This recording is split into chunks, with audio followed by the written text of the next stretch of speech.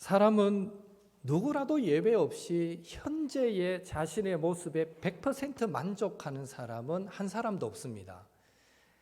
많이 배웠든지 못 배웠든지, 부자든지 가난하든지, 또 나이가 많든지 적든지 상관없이 현재와 다른 더 나은 모습으로서의 변화를 기대하고 또 새로운 삶을 살아가기를 소망하는 것입니다. 그래서 사람들은 수시로 결심하고 다짐하게 됩니다. 올해는 반드시 술을 끊자, 담배를 끊자, 잠을 줄이자, 운동도 하고 다이어트도 해서 뱃살을 줄이자, 게임도 줄이고 책도 많이 읽고 공부도 열심히 하고 남의 말 좋게 하자. 아마 다양하게 각자의 상황에 맞게 많은 결심들을 수시로 하게 됩니다. 그리고 변화되기를 소망하는 그런 사람들의 마음을 잘 아는지 요즘에는 결심만 하면 잘 실천할 수 있도록 도와주는 좋은 생활 습관을 기르도록 도와주는 책도 어떤 프로그램도 심지어 핸드폰 어플도 많이 나오고 있습니다. 우리도 올해를 시작하면서 이런저런 일상생활, 직장생활과 관련된 결심들도 많이 하셨겠지만 특별히 우리는 그리스도인이기에 신앙생활과 관련하여서 많은 결심들을 하셨을 것입니다. 올해는 교회 봉사 하나는 해야지, 성경 일독 해야지, 하루 10분, 적어도 10분이라도 기도 생활 해야지, 일주일에 한 번이라도 새벽 기도 나와야지, 공예배 참석 열심히 해야지, 온전한 11조 생활 해야지, 꼭 한 명 전도해야지. 여러분 어떻습니까? 새해 여러분의 결심이나 다짐이 꾸준히 잘 지켜지고 있는지요? 벌써 일부는 실패 직전에 있거나 일부는 아예 포기해버리지는 않으셨는지요? 이건 결심한다고 되겠어? 하는 마음에 이제는 어떤 새로운 변화의 소망을 가진다는 것 자체에 별 의미를 두지 않은 채 그렇게 살아가고 있지는 않는가 하는 생각도 해보게 됩니다. 오늘 본문도 변화에 대한 내용입니다. 야곱이 변하여 이스라엘이 된 것을 기록하고 있는데요. 결심한다고 될까 스스로 의심을 품는 자들에게 변화는 가능하다라는 소망을 품게 만드는 본문이다라고 말할 수 있습니다. 오늘 본문을 가지고 진정한 변화, 근본적인 변화가 가능한가? 가능하다면 어떻게 가능한가? 그것에 대해서 함께 나누면서 잠시 은혜 받기를 원합니다. 우리에게는 새로운 변화는 생각만큼 쉽지 않다라는 생각이 많을지 모르나 의외로 성경에는 변화된 많은 이야기들이 나오고 있습니다. 고귀한 아버지라는 의미를 가진 아브라함이 하나님을 만나고 열국의 아버지라는 아브라함으로 변화됩니다. 애굽 바로의 공주의 아들로 자라났던 모세, 하나님을 만나고 이스라엘을 구원하는 자로 변화됩니다. 이방 여인 룻도 하나님을 만나고 다윗과 예수님의 혈통적 조상이 됩니다. 양을 치던 목동 다윗도 하나님의 마음에 합하였을 때 이스라엘의 왕이 됩니다. 또 예수님의 수제자 시몬은 주는 그리스도시요 살아계신 하나님의 아들이십니다. 아름다운 믿음의 고백을 함으로 너는 반석이라 베드로라는 사람으로 변화됩니다. 사생활이 문란하여 동네 사람들의 눈을 피해서 대낮에 우물에 물을 기르러 갔던 수가성 여인도 예수님을 만나고 그 즉시 담대하게 동네 사람들에게 가서 내가 메시아를 만났다 라고 전하는 그런 사람으로 변화됩니다. 돈이 최고인 줄 알아서 사람들 손가락질 수근수근거린 건 정도는 내가 참을 수 있어 하는 마음으로 살았던 세리 삭개오, 그도 예수님을 만나고 자신의 목숨과도 같은 재산의 절반을 가난한 자들에게 내어주고, 혹시 자기가 세금을 더 거둔 게 있다면 4배나 갚겠습니다 라고 말하는 사람으로, 이전에는 돈이 전부였고 물질이 전부였던 사람이 이제는 예수님이 전부인 사람으로 변화됩니다. 예수 믿는 사람 잡아 죽이던 사울, 그도 다메섹으로 가는 길에 예수님을 만나고 이제는 예수님을 전하는 바울로 변화가 됩니다. 오늘 본문의 주인공인 야곱도 야복강에서 이스라엘로 변화됩니다. 생각 밖으로 변화가 쉽지 않을 것 같지만 성경은 너무나 많은 변화의 이야기들을 우리에게 들려주고 있습니다. 첫째로 야곱이라는 옛 이름은 그가 야곱이 얼마나 흠이 있는 사람인가 하는 것을 드러냅니다. 창세기 25장 24절에서 26절 같이 읽겠습니다. 그 해산 기한이 찬즉 태에 쌍둥이가 있었는데 먼저 나온 자는 붉고 전신이 털옷 같아서 이름을 에서라 하였고, 후에 나온 아온은 손으로 에서의 발꿈치를 잡았으므로 그 이름을 야곱이라 하였으며, 리브가가 그들을 낳을 때에 이삭이 60세였더라. 야곱의 어머니 리브가가 쌍둥이를 낳았을 때 야곱의 이름을 야곱이라고 지었던 것은 이 야곱이 형 에서의 발꿈치를 탁 붙잡고 태어났기 때문입니다.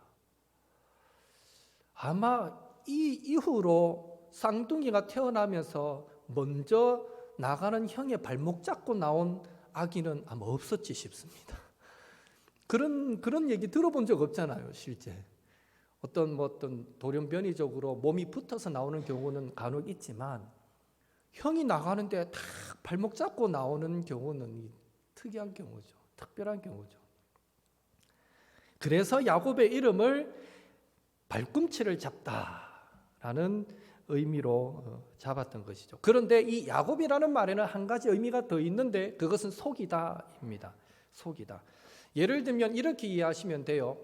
뒤통수를 치다라는 말을 들으면 이 말에는 두 가지 의미가 있습니다. 실제로 뒤통수를 때리는 것을 뒤통수를 치다라고 말하지만, 또 배신하는 것을 뒤통수를 치다라고 말합니다. 마치 그런 것처럼 야곱이라는 이름에는 발꿈치를 잡다라는 의미도 있지만 또 속이다라는 의미도 담겨 있다는 것이죠. 그래서 창세기 27장 36절에 보면 형 에서가 아버지 이삭을 속여서 자신의 복을 가로챈 그 동생 야곱을 향해서 이렇게 말하고 있습니다. 함께 읽겠습니다. 에서가 이르되 그의 이름을 야곱이라 함이 합당하지 아니하니까 그가 나를 속임이 이것이 2번째니이다.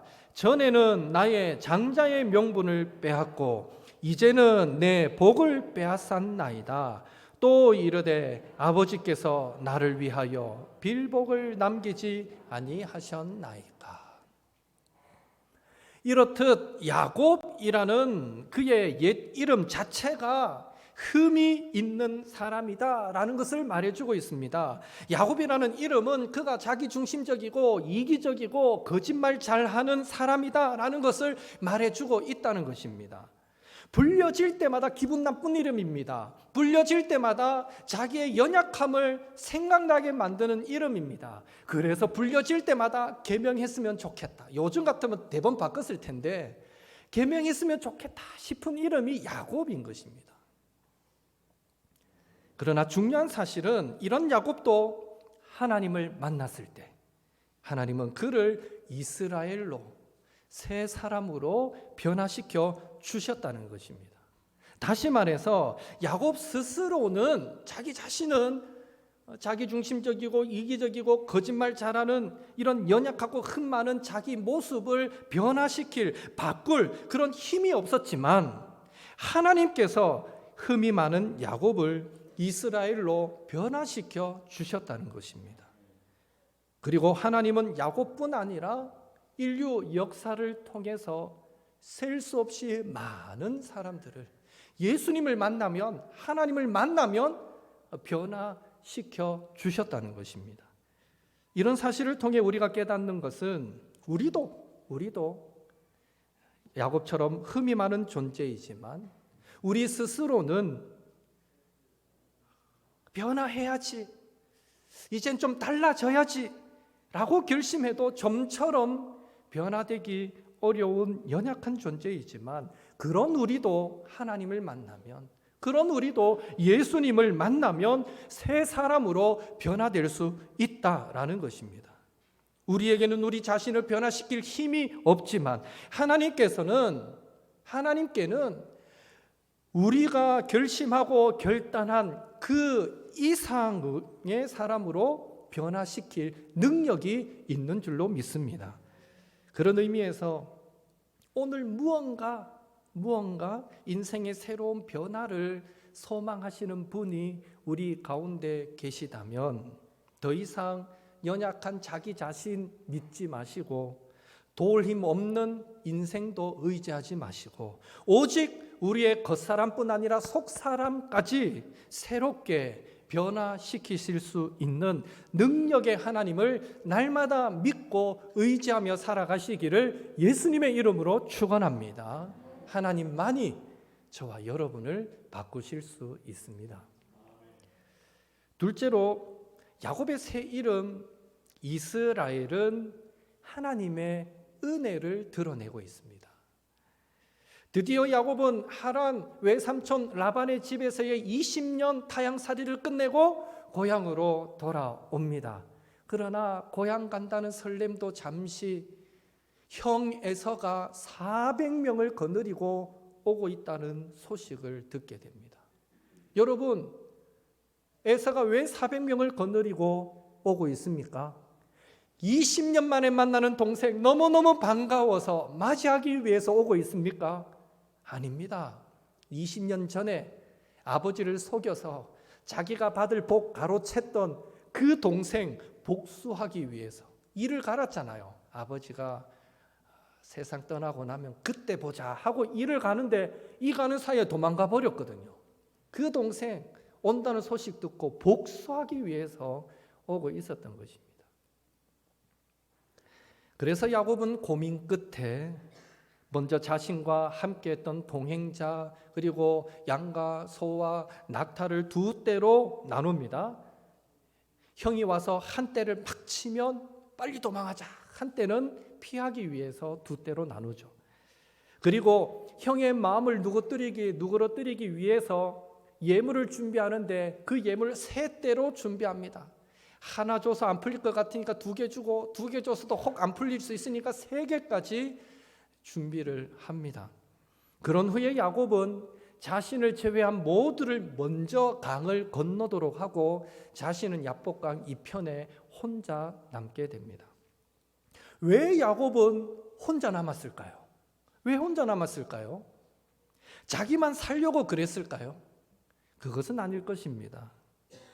지금 야곱은 형이 400명을 거느리고 온다라는 소식에 두렵기도 하고 답답하기도 했지만 사실 야곱에게는 형과 싸울 만한 힘이 있었습니다. 그것은 야곱이 형 에서에게 보낸 그 선물의 예물의 목록만 보아도 알 수 있는 것입니다. 예물의 목록을 보면요, 그거는 선물 정도가 아니라 아예 한 사람이 평생에 모아도 모을 수 없을 만큼 큰 전재산과 같은 그런 수준의 선물임을 알 수 있습니다. 창세기 32장 14절에서 15절 같이 읽겠습니다. 암염소가 200이요 순염소가 20이요 암양이 200이요 순양이 20이요 젖나는 낙타 30과 그 새끼요 암소가 40이요 황소가 10이요 암나귀가 20이요 그 새끼 나귀가 10이라. 이 가축의 목록만 보면 그 숫자를 합하면 이 이 전나는 낙타의 새끼는 숫자가 언급도 안 돼요. 그건 빼더라도 총 550마리입니다. 소와 양과 낙타가 550마리 한 곳에 모아둔다고 생각해 보십시오. 또 얼마나 넓은 땅을 차지하겠습니까? 그 가축을 관리하려면 얼마나 많은 사람이 붙어서 일을 해야 하겠습니까? 제가 에서 같으면 대번 마음 풀릴 것 같은데. 예. 그렇잖아요. 좀 섭섭했더라도 뭐 이만한 예물이 아니라 소고기 한번 구워주고 그래도 마음 풀릴 것 같은데 이 정도 예물이면 얼마나 큰 선물입니까? 형을 위해 준비한 선물이 이 정도라면 도대체 야곱이 소유한 그 재산은 어느 정도였겠는가 하는 것입니다. 분명한 사실은 야곱은 그의 소유는 어마어마했을 것이고 그것을 관리하기 위해서, 지키기 위해서 엄청난 숫자의 종들과 또 싸움 잘하는 일꾼들도 있었을 것입니다. 즉 야곱에게도 형과 싸울 만한 어느 정도의 힘은 있었다라는 것입니다. 그렇다면 왜 힘이 있으면서도 형과 싸울 준비를 하지 않고 강 이편에 남아서 두려워하고 있냐라는 것입니다. 이유는 하나입니다. 하나님께 기도하기 위해서였습니다. 기도하기 위해서였습니다. 지난 시간에도 살펴보았지만 야곱은 베델에서 하나님을 만나고 난 다음에 변화되어서 하나님의 약속의 말씀을 꼭 붙잡는 그런 사람이 되었습니다. 그래서 지난 20년 동안 외삼촌 라반의 집에 있을 때에 외삼촌이 박대함에도 아랑곳하지 않고 야곱은 하나님의 약속의 말씀을 붙들고 살았습니다. 그리고 지금 형이 400명을 거느리고 오고 있는 그 두려운 순간에도 야곱은 하나님의 약속의 말씀을 붙들고 하나님께 기도하기 위해서 홀로 남았던 것입니다. 창세기 32장 9절에서 12절 말씀이 야곱의 구체적인 기도의 내용인데요. 그 내용을 보면 야곱은 정확하게 하나님께서 베델에서 자신에게 약속하신 말씀, 그 약속의 말씀 그대로 붙잡고 기도하고 있는 것을 보게 됩니다. 우리 그 말씀을 한번 다 같이 함께 읽도록 하겠습니다. 야곱이 또 이르되 내 조부 아브라함의 하나님, 내 아버지 이삭의 하나님 여호와여, 주께서 전에 내게 명령하시기를 내 고향 내 족속에게로 돌아가라, 내가 내게 은혜를 베풀리라 하셨나이다. 나는 주께서 주의 족에게 베푸신 모든 은총과 모든 진실하심을 조금도 감당할 수 없사오나 내가 내 지팡이만 가지고 이 요단을 건넜더니 지금은 두 때나 이루었나이다. 내가 주께 간구하오니 내 형의 손에서 에서의 손에서 나를 건져내시옵소서. 내가 그를 두려워함은 그가 와서 나와 내 처자들을 칠까 겁이 나기 때문이니이다.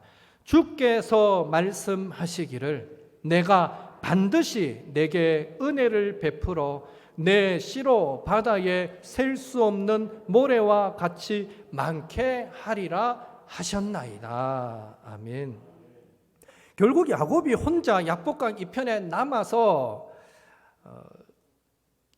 있었던 것은 그에게 싸울 힘이 없어서라기보다는, 비겁하게 혼자 살아남기 위해서라기보다는 이 약속의 말씀에 의지하여 하나님께 기도하고 하나님의 도우심을 구하기 위해서였던 것입니다. 그래서 야곱은 하나님께서 고향으로 돌아가라고 저에게 말씀하셨지 않습니까?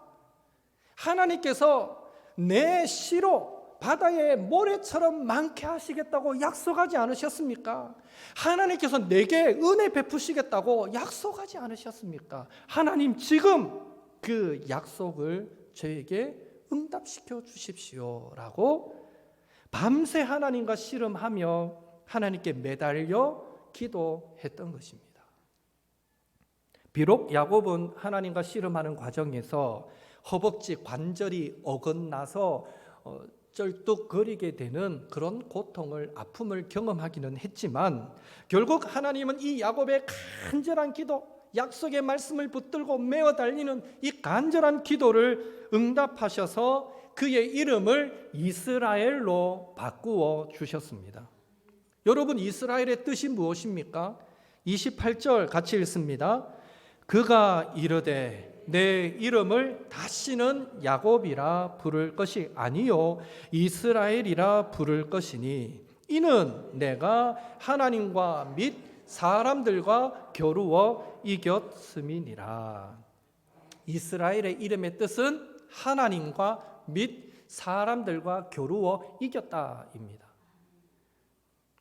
여기서 우리는 두 가지 사실을 깨닫게 됩니다. 첫째로 야곱이 하나님과 씨름하며 기도하여 이겼다라는 사실에서 하나님은 하나님의 백성이 약속의 말씀에 의지하여 씨름하듯 매달리면 저주기를 원하시는 분이시라는 것입니다. 다시 말해서 주의 백성들이 약속의 말씀에 의지하여 기도할 때에 하나님은 그 기도에 응답하시는 분이시라는 것입니다. 둘째로 야곱은 사람들과도 겨루어 이겼다라고 되어 있는데 구체적으로 야곱이 싸워서 이긴 사람들이 누구인가? 이 부분에 대해서는 이 해석하는 사람들에 따라서 이 해석이 풀이가 달라집니다. 이 부분과 관련해서 한 10가지 이상의 제가 주석책을 보았는데요. 주석하는 사람들이 크게 한 세 부류로 나눠집니다. 대략의 내용들이.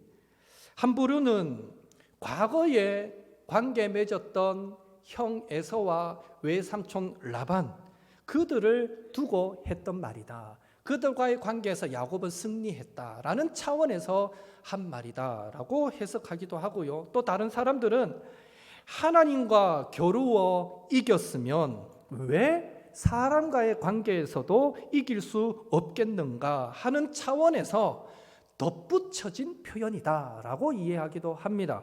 물론 이런 이해는 야곱이 곧 만나게 될 형 에서를 전제한 해석이라고 말할 수 있습니다.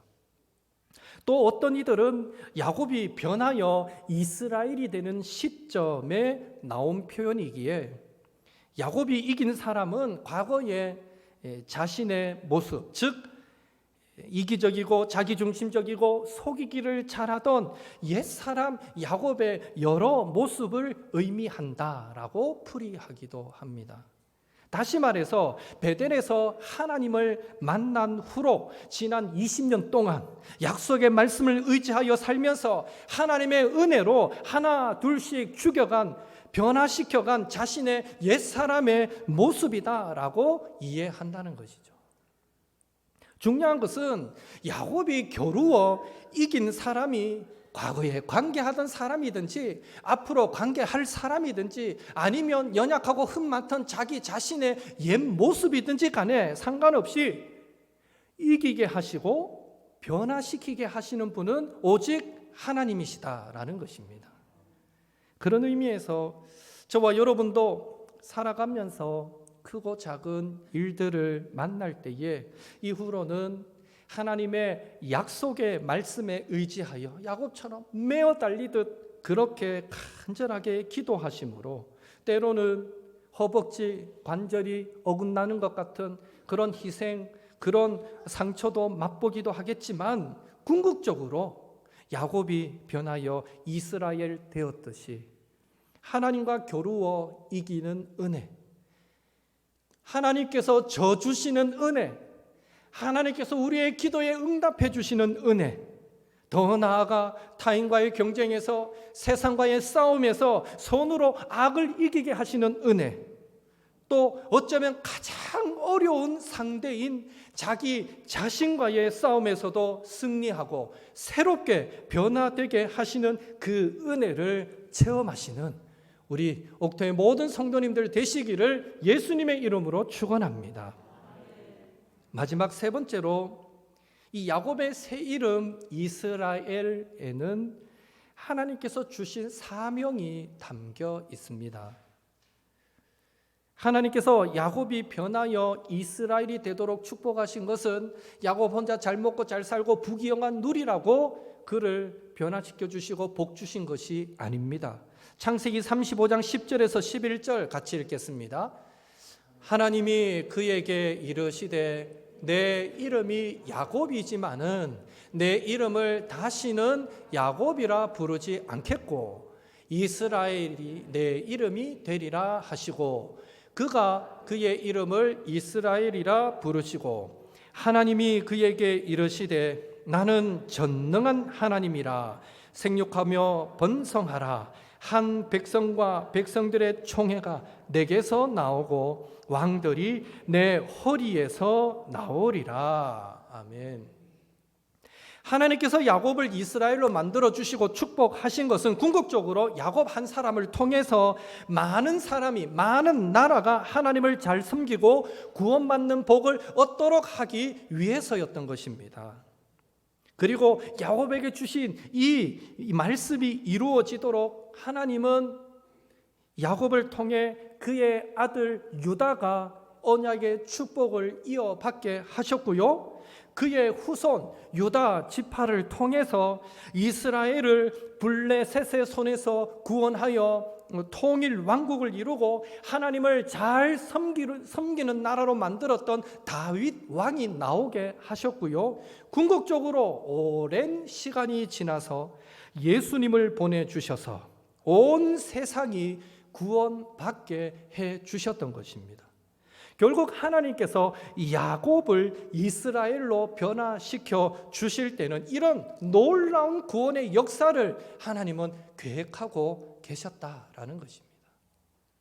오늘날도 마찬가지입니다. 하나님께서 사람에게 복 주실 때에는 그 복을 받은 사람이 다른 사람을 위한 축복의 통로가 되도록 하기 위해서입니다. 그런 의미에서 하나님께서 저와 여러분에게 구원의 복을 주시고 저와 여러분을 하나님의 사람으로 변화시켜 주신 것도 우리 혼자 잘 먹고 잘 살다가 천국 오라고 그렇게 주의 자녀 삼아 주신 것이 아니라 많은 사람을 유익하게 하고 그들을 구원하여 하나님의 자녀 삼는 그런 선교적 사명을 감당하도록 하기 위해서라는 사실을 우리는 기억해야 하는 것입니다. 그래서 예수님도 이렇게 말씀하셨습니다. 마태복음 5장 16절 같이 읽겠습니다. 이같이 너희 빛이 사람 앞에 비치게 하여 그들로 너희 착한 행실을 보고 하늘에 계신 너희 아버지께 영광을 돌리게 하라. 아멘. 바라기는 하나님께서 저와 여러분을 구원하여 하나님의 자녀 삼으신 것은 세상의 빛과 소금이 되어서 많은 사람을 주님께로 나오도록 만드는 선교적 사명을 감당하도록 하기 위해서임을 기억하시고 이번 한 주간도 저와 여러분 가운데 일하시는 그 능력의 하나님을 의지하는 가운데 하나님께서 주시는 힘과 능력으로 세상의 빛과 소금의 역할을 그 사명을 아름답게 감당하며 살아가시는 우리 모든 녹토의 성도님들 되시기를 예수님의 이름으로 축원합니다. 함께 기도하겠습니다.